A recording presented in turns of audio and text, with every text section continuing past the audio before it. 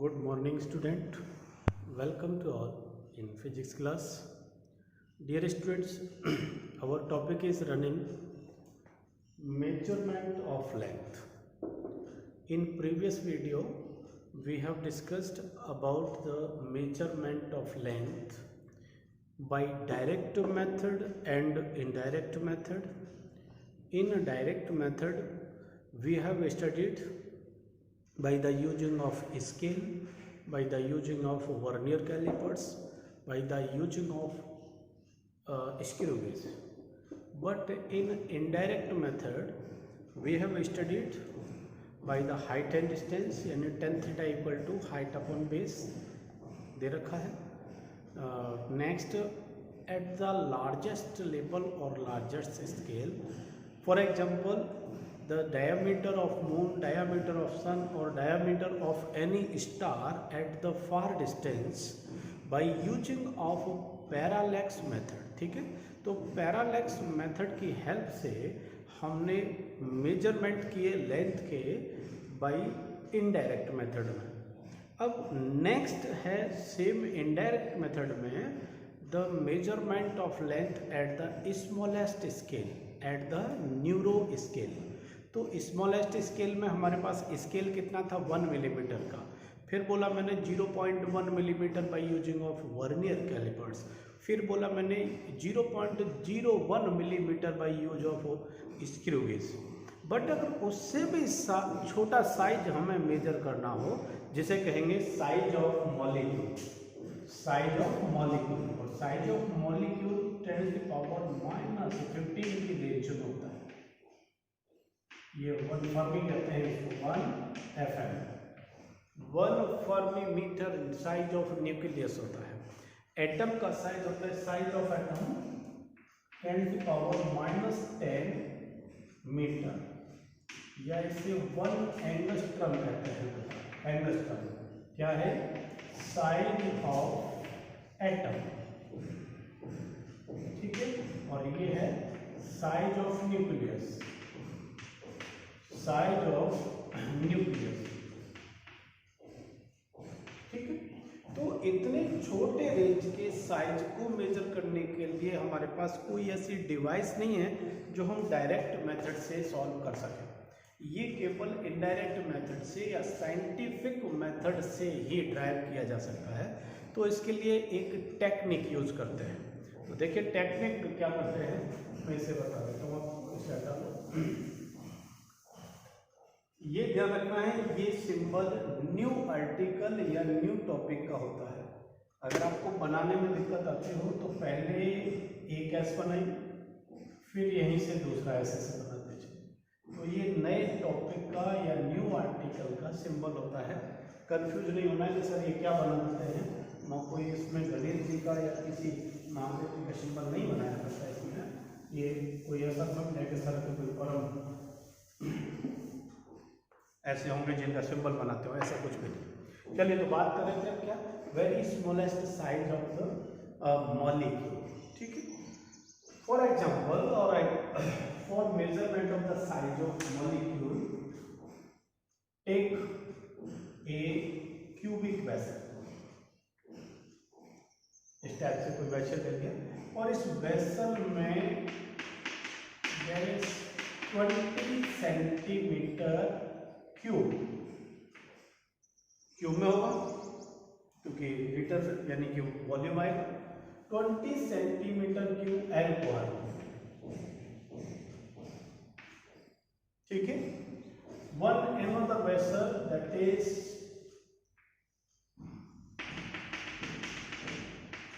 1 centimetre cube oleic acid, या इसे सोपी सॉल्यूशन. इसे सोपी सॉल्यूशन भी कहते हैं. सोपी सॉल्यूशन इसलिए कि इसका मॉलिक्यूल बाकी के कंपैरिजन में साइज में बड़ा होता है. ठीक है, अब ऑयलिक है तो ऑयलिक की जो कंडीशन होती है वो लिब्रिकेंट होती है. लुब्रिकेंट होने से बड़ी आसानी से ऑयलिक या सोपी सॉल्यूशन के मॉलिक्यूल्स अगर किसी कंटेनर में छोड़ दिए जाएं या किसी सरफेस पर स्प्रेड आउट किए जाएं, तो जैसे कंचे जानते हो ना, कंचे अगर किसी सरफेस में छोड़ दो तो सारे एक अलग अलग बिखर जाएंगे। वैसे ही सोपी सॉल्यूशन के जो मॉलिक्यूल्स हैं वो भी अलग अलग एक बिखर जाएंगे अगर किसी सरफेस पर उनको छोड़ा जाए। तो वो इस तरह से स्पेस लेंगे, there is a closest space occupied by these molecules, nobody will take the overlapping place, मतलब कोई एक दूसरे के ऊपर नहीं जाएगा, ये ध्यान रखना है इसमें, ठीक है। ये विशेष करके चीज इसमें ध्यान रखना। तो क्या किया, 1 सेंटीमीटर क्यूब और ये 20 सेंटीमीटर क्यूब, ठीक है। इस 1 सेंटीमीटर क्यूब और ये मिक्स कर दिया, ठीक।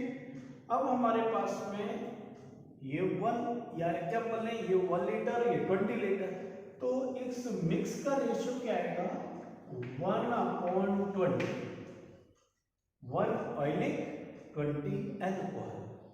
एल्कोहल इसीलिए लेते हैं, बाद में ये काम आएगा कि जब भी इसको स्प्रेड आउट कर देंगे, खुले स्पेस में रख देंगे, तो एल्कोहल इसमें से एवोपरेट हो जाएगा, ठीक है, इसीलिए एल्कोहल यूज किया है। तो मैंने कहा 1 centimetre cube dissolve in 20 centimetre cube alcohol and the ratio of oleic solution becomes 1/20। कोई दिक्कत नहीं ना, clear. Now another version of same 20 centimetre cube, क्या है, 20 centimetre cube alcohol, 20 centimetre cube alcohol फिर लेते, ठीक है। और ये 1/20 solution again dissolve. Now the ratio of this solution becomes, बताएंगे क्या, ऑलरेडी 1/20 था, 20 टाइम्स में और ऐड कर दिया, तो अब इसमें 1 रेशियो ऑयलिक 20/20 रेशियो यानी 400 सेंटीमीटर क्यूब एल्कोहल। अगर एक पार्ट उसमें ऑयलिक है तो 400 टाइम्स क्या है, एल्कोहल। इज इट क्लियर, यहां तक समझ में आ गया होगा, ठीक है।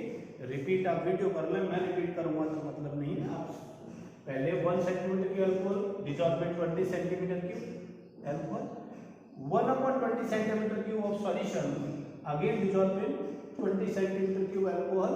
Now the solution becomes 1/20 into 1/20, that will be 1/400 centimetre. अब अगर आप इसमें से सपोज एक ड्रॉप भी ले लेते हैं, सपोज 1 ड्रॉप का रेशियो 1/400, 2 ड्रॉप, 2 का रेशियो 1/400, 3 ड्रॉप 1/400, जितनी ड्रॉप लेंगे रेशियो सेम आएगा, क्लियर।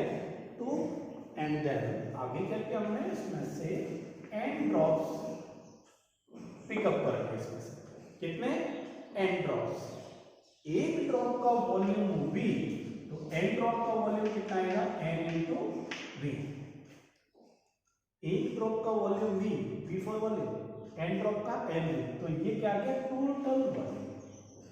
तो इसका मतलब nv टोटल वॉल्यूम, हमने क्या किया, n ड्रॉप्स लिए जिनका टोटल वॉल्यूम कितना आएगा, v, तो वॉल्यूम कितना होगा, nv, रेशियो कितना है, 1/20 into 20, तो ये टोटल वॉल्यूम कितना बन गया, v डैश कह रहा हूं, v dash equal to nv over 400 या nv ओवर 1/20 into 1/20, ये टाइम्स टर्म सीधा के ये टोटल वॉल्यूम क्रिएट हो गया, क्लियर। फिर से बात करूं क्या, सारा सॉल्यूशन लेने के बाद में सॉल्यूशन में से हमने n ड्रॉप्स लिए, एक ड्रॉप का वॉल्यूम v, तो total volume nv, and the ratio of oleic solution 1/20 into 20, that will be nv over 400, clear. यहां तक शायद कोई दिक्कत नहीं होनी चाहिए, ठीक है। अब चलिए आगे, ये वॉल्यूम है, ठीक। अब ये कहता है कि सपोज इस वॉल्यूम को हमने कोई भी सरफेस एरिया इस टाइप से, और उस सरफेस एरिया पर पूरे पर मतलब इसके छोटे छोटे वॉल्यूम्स इस तरह से सरफेस पर पूरे पर बैठे। ऐसा कोई कंटेनर लिया, उस कंटेनर में इसको पूरे को स्प्रेड आउट कर दिया, तो छोटे छोटे वॉल्यूम के टर्म में पूरा ऑयलिक सॉल्यूशन बिखर गया। होगा क्या, इस कंटेनर में पानी भरा है, पानी के ऊपर लाइकोपोडियम पाउडर सरफेस पर बिखरा दिया। लाइकोपोडियम पाउडर का पर्पस है कि वो इस पर एक ऐसी लेयर बना लेगा जिस पर भी जैसे ही ऑयलिक सॉल्यूशन को आप स्प्रेड आउट करेंगे तो पानी में डिसॉल्व नहीं होगा। ठीक है, ये काम किसका है, लाइकोपोडियम पाउडर का। तो लाइकोपोडियम पाउडर बिछाने के बाद में हमने क्या किया, इस सॉल्यूशन को यहाँ से जो ये सॉल्यूशन हमने लिया था, इस सॉल्यूशन को इस पे स्प्रेड आउट कर दिया पूरे पर। तो हुआ ये कि इसमें से जितने भी अल्कोहल के मॉलिक्यूल्स थे, अल्कोहल का प्रेजेंस था, वो सबको एवोपरेट हो गया, और जो ऑयलिक सॉल्यूशन के जो मॉलिक्यूल थे वो सब इस तरह से एक दूसरे के साथ एडजस्ट होके फैल गए। जैसे एक रूम के अंदर बहुत सारे कंचे छोड़ दिए जाए तो वो एक कंटिन्यूअस फॉर्म में से स्पेस को पूरे को ऑक्यूपाई करेंगे, लेकिन कोई एक दूसरे के ऊपर नहीं जाएगा। ठीक है, अब हमने क्या किया, इसकी देखिए ये छोटी सी थिकनेस, इसको कह दिया टी, और जितने एरिया में फैला हुआ है ये पूरे एरिया में, इसको कह दिया ए। समझना ध्यान से, हमारे ऑयलिक सॉल्यूशन के जो मॉलिक्यूल सारे जितने एरिया में फैले उसको कहा ए, हर मॉलिक्यूल की हाइट को कहा टी, हाइट या थिकनेस ऑफ द मॉलिक्यूल उसको कहा टी। तो इसको एरिया इंटू टी, ये भी क्या बन गया, वॉल्यूम। क्या बन गया, वॉल्यूम बन गया। समझ गए क्या, ये हर मॉलिक्यूल पूरे सरफेस पर फैल गया तो ये एरिया बन गया। एरिया ऑफ स्पेक्ट्रम का हमको पता है, जितनी इसकी हाइट है वो उसका टी बन गया, थिकनेस बन गया, ये हाइट बन गया। ठीक है, area into third edge, area into height क्या होता है, वॉल्यूम। तो इसका टोटल वॉल्यूम कितना आ गया, बी। किसका आ गया, ऑयलिक सॉल्यूशन का। किसका आ गया, ऑयलिक सॉल्यूशन का। ये किसका आ गया वॉल्यूम, ऑयलिक सॉल्यूशन का। ठीक है, और हमने यहां रेशियो निकाला था, और ये भी मैंने क्या कहा था, NV/400। ये किसका था, ऑयलिक सॉल्यूशन का, क्योंकि ये तो 20 सेंटीमीटर क्यूब इसमें, 20 इसमें, तो 400 गुणित तो एल्कोहल हो गई, एल्कोहल इसमें से ऑपरेट कर लिया। तो ये वॉल्यूम भी किसका था, इसमें प्रेजेंट होने वाले ऑयलिक सॉल्यूशन का। ये भी ऑयलिक का पार्ट फॉर्म किया, ये भी ऑयलिक का फॉर्म किया। ठीक है, दोनों वॉल्यूम क्या है, बराबर है। क्या है, इक्वल है। इक्वल है तो देखो इसको कहने क्या किया हमने, A इंटू टी। ये ऑयलिक सॉल्यूशन तो इसकी फिजिकल मेजरमेंट से फाइंड किया, और ये ऑयलिक सॉल्यूशन का वॉल्यूम हमने इसके मेथड से फाइंड किया। दोनों को कंपेयर कर लेते हैं, NV/400, 400 otherwise 20 into 20 same thing, कोई दिक्कत नहीं। हो सकता है कहीं आपको ये 20 इंटू 20 के टर्म में भी लिखा हुआ मिले, कोई टेंशन नहीं। ठीक है, हमें ये थिकनेस पता करनी है, हाइट पता करनी है, एरिया तो जिस कंटेनर में डालेंगे उस कंटेनर का एरिया होगा। तो थिकनेस का फॉर्मूला क्या आ जाएगा, T equal to NV/400, area को नीचे लिखो, ये आ गया हमारे पास थिकनेस ऑफ द मॉलिक्यूल या thickness of each molecule of oleic solution by using the method of mixing और dissolving the oleic solution in the alcohol. किसमें, एल्कोहल में मिक्स करके मेथड अप्लाई किया हमने। मेथड कौन सा लिया था, इनडायरेक्ट मेथड, यानी हमारे पास साइज को मेजर करने की कोई डिवाइस नहीं है।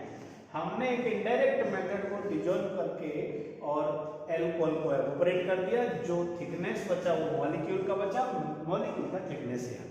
ठीक है, तो इस तरह से हम बहुत छोटे से छोटे स्मॉल साइज को भी मेजर कर सकते हैं। ठीक है, by using of dissolving method. इसे कहते हैं measurement of length at very smallest size. बहुत छोटे से छोटे साइज का हम मेजरमेंट कैसे करते हैं, ठीक है। तो ये आपके पास में पीडीएफ है, पीडीएफ में साथ से देख लेंगे, पढ़ लेंगे। मैंने मेथड आपको समझा दिया, आप इसको विधिवत तरीके से 2 बार समझ ले वीडियो को, फिर आपको अच्छी तरह से समझ में आ जाएगा, ठीक है। चलिए अब आगे चलते हैं। ये तो था लेंथ और साइज और डिस्टेंस, ठीक है। इसी वीडियो में छोटा सा टर्म है, मैं उसे और शेयर कर देता हूँ आपके पास में, तो ये पूरा हो जाएगा।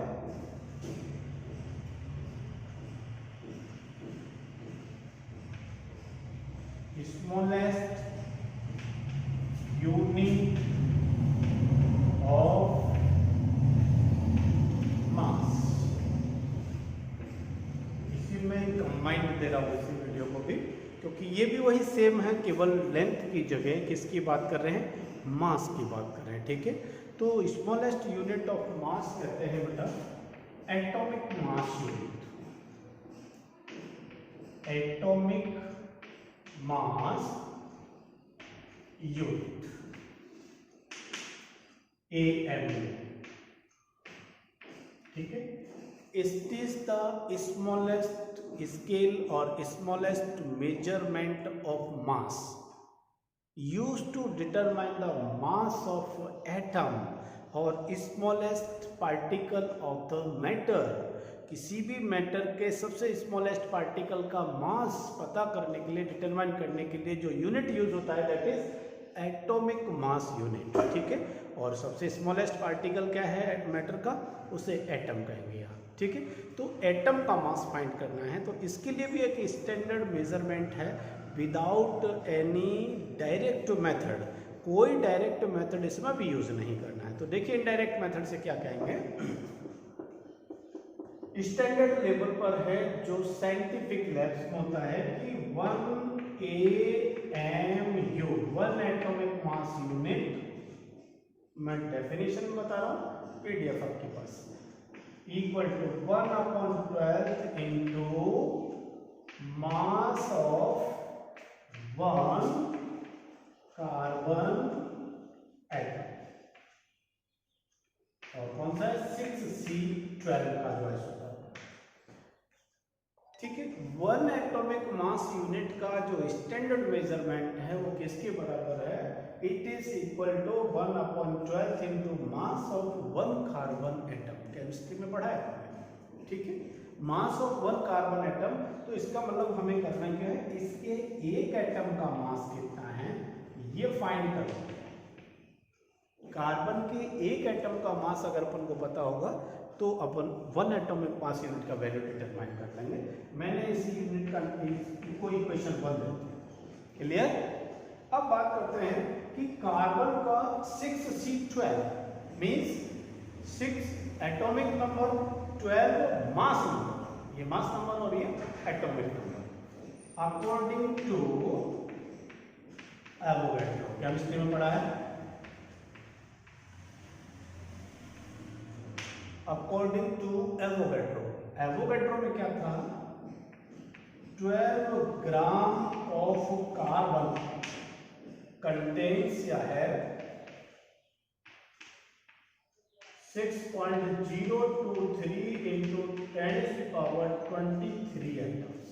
ये फिजिक्स की लैंग्वेज में, वहां 4 कंसेप्ट वगैरह कुछ है केमिस्ट्री में, ठीक है। एवोगैड्रो स्टेट दैट कि any element has the number of atoms 6.023 times 10⁻23 in the mass of mass number। Carbon का मास नंबर कितना है 12 मीन्स 12 ग्राम है। अगर मैं इसी को बात कर लेता हूँ यूरेनियम, तो यूरेनियम का 235 मास नंबर होता है, 9 × 235, 235 gram of uranium contains same number. तो ये एवोगैड्रो नंबर फिक्स है, लेकिन ये Avogadro number means total number of atoms कितने ग्राम में होते हैं, जितना किसी भी एटम का मास नंबर होता है। तो कार्बन का मास नंबर कितना है 12, इसका मतलब क्या कहेंगे 12 gram of carbon contains these atom, clear. तो एक एटम का मास कितना होगा, उल्टा कहें 6.023 10 power 23 atoms has the mass of 12 gram। यही बात हुई क्या? मैंने कहा 6.023 into 10 power 23 atoms has 12 ग्राम, उनमें 12 ग्राम, ठीक है। एक एटम का मास कितना होगा? मास of one atom, mass of one atom, एक एटम का मास कितना आएगा? बराबर 12 divide by 6.023 into 10 power 23, 12 gram divide by, ठीक है। ये कर मास ऑफ वन एटम या equation number 2, mass of one atom, ये तो डिटरमाइन करना था, ठीक है। ये वैल्यू में इसको इक्वेट कर रहा हूं इक्वेशन 1 और 2 को, तो 1 एमयू क्या लिखेंगे? Then 1 AMU equal to 1/12 into mass of one carbon atom, ये mass of one carbon atom 12/6.023 into 10 power 23, 12 cut, remaining term 1/6.023 into 10 power 23 minus,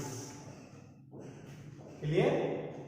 6.0 solve, 1 decimal के बाद 3 digits 1 2 3 divide by 6.023 into 10 power 23 minus, again solve it, 6.023 से इसको फिर से divide करो 6023 से, ये कितना वैल्यू आता है हमारे पास में? 1